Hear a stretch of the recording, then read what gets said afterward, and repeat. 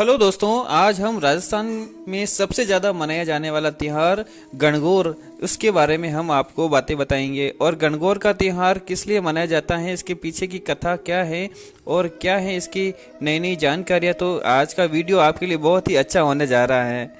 गणगौर का त्यौहार आरंभ हो चुका है और इस त्यौहार को चैत्र महीने की शुक्ल पक्ष की तीज को मनाया जाता है। ये त्यौहार होली के दूसरे दिन से ही शुरू हो जाता है, जो कि 16 दिनों तक मनाया जाता है। माना जाता है कि गणगौर अपने पियर आती हैं और पीछे पीछे ईश्वर उन्हें लिवाने के लिए आते हैं और आखिर में चैत्र शुक्ल द्वितीया व तृतीया को गणगौर को अपने ससुराल के लिए विदा किया जाता है।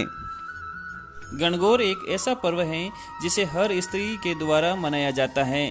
इसमें कुंवारी कन्या से लेकर विवाहित स्त्री दोनों ही पूरी विधि विधान से गणगौर, जिसमें भगवान शिव व माता पार्वती का पूजन करती हैं।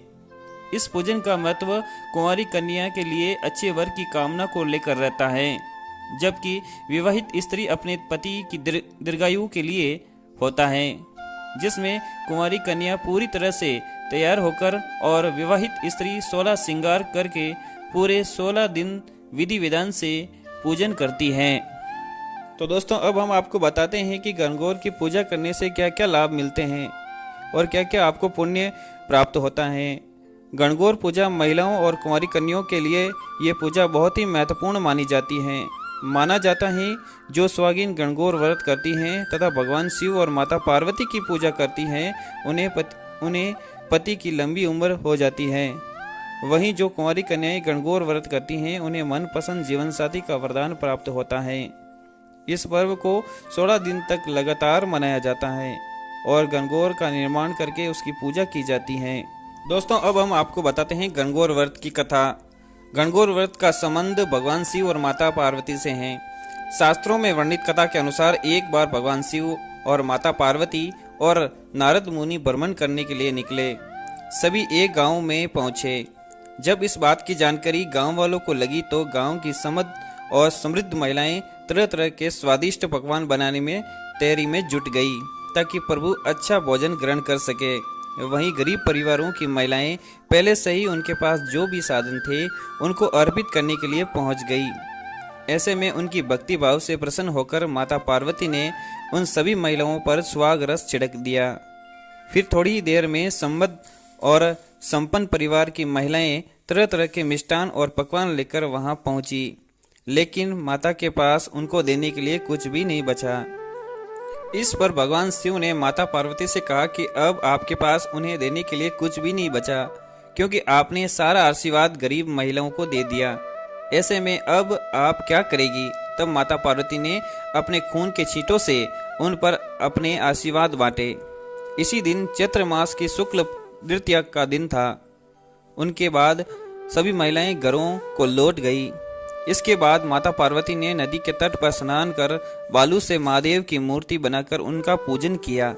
फिर बालू के पकवान बनाकर भगवान शिव को भोग लगाए और बालू के 2 कणों को प्रसाद के रूप में ग्रहण कर भगवान शिव के पास वापस लौट आई।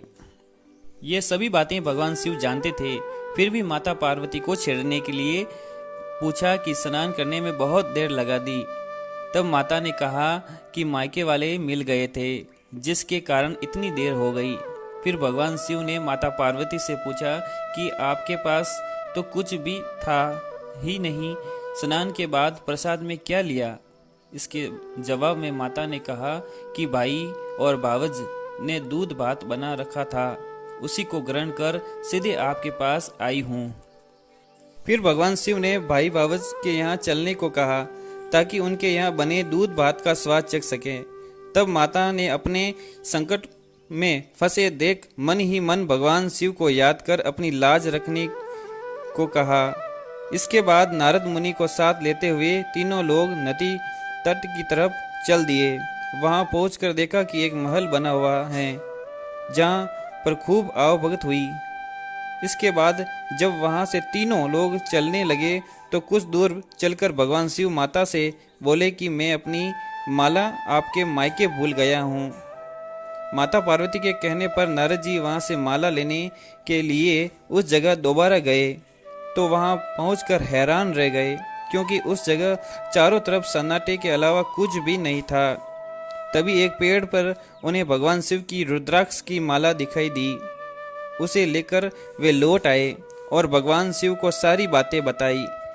तब भगवान शिव ने कहा कि ये सारी माया देवी पार्वती की थी। वे अपने पूजन को गुप्त रखना चाहती थी, इसलिए उन्होंने झूठ बोला और अपने सत्य के बल पर यह माया रच दी।